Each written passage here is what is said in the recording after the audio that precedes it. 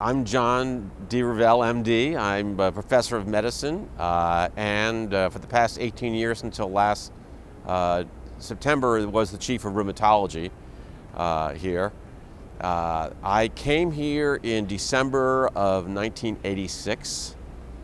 What brought me here was twofold, personal and professional. Personally, it's because I was caring for my grandmother, who was becoming increasingly demented, and I was on faculty at the University of Alabama at Birmingham, and she was becoming more difficult to manage. I have family here in Houston who had a strong link to her, so that was one thing. The other thing, of course, most importantly, was my mentor from Johns Hopkins, Dr. Frank Arnett, was here and had been trying to get me here for several years. And so to rejoin him was not only a massive plus on my part, but proved to be a huge catalyst to my career.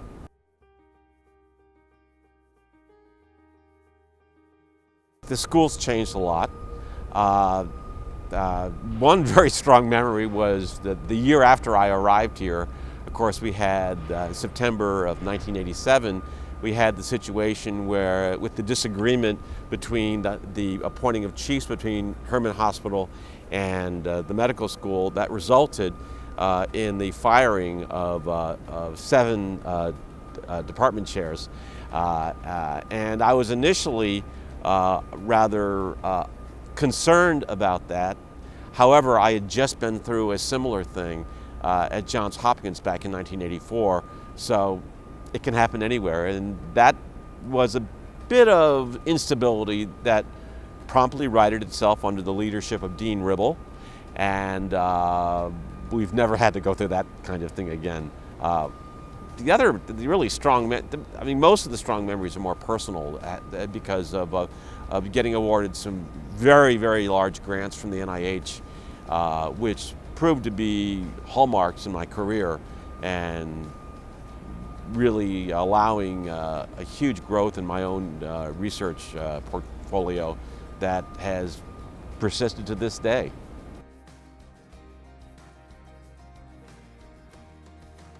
I'm most proud of 2 different things. One, of course, being having run the division from 2002 to last September, growing it from a rather small division of 7 people back in 2002 to 23 when I stepped down last September, which leaving a division that with a very good research-funded portfolio, research accomplishments, market clinical accomplishments, where it's grown to be the largest program in really the southern U.S. And then, of course, from a research perspective, having established and nurtured 3 longitudinal cohorts of patients in ankylosing spondylitis, lupus, and systemic sclerosis, which Dr. Maureen Mays took over when I became division director, that have provided a huge wealth of clinical and basic research.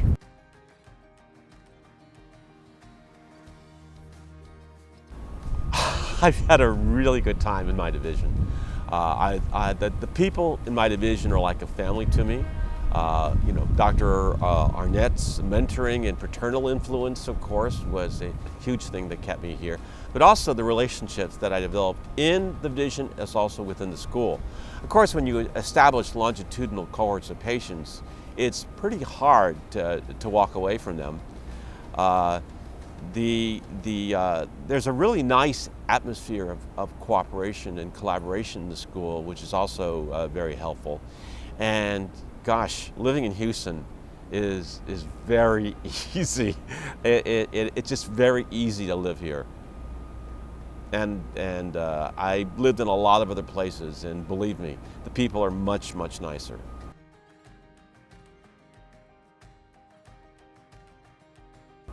I think the way I've influenced this medical school was to really grow the clinical and translational research portfolio within our department, certainly within our division, to a very large extent.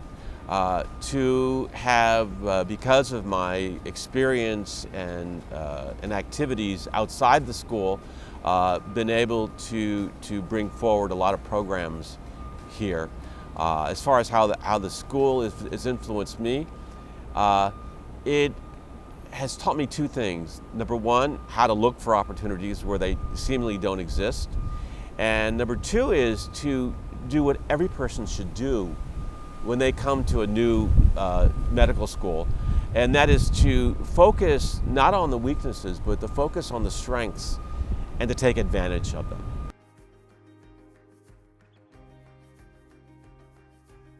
Well, it's grown a great deal. When I first came here, the school was largely limited to this building right here, and it was a lot smaller. The divisions were a lot smaller. The departments were a lot less than they are now.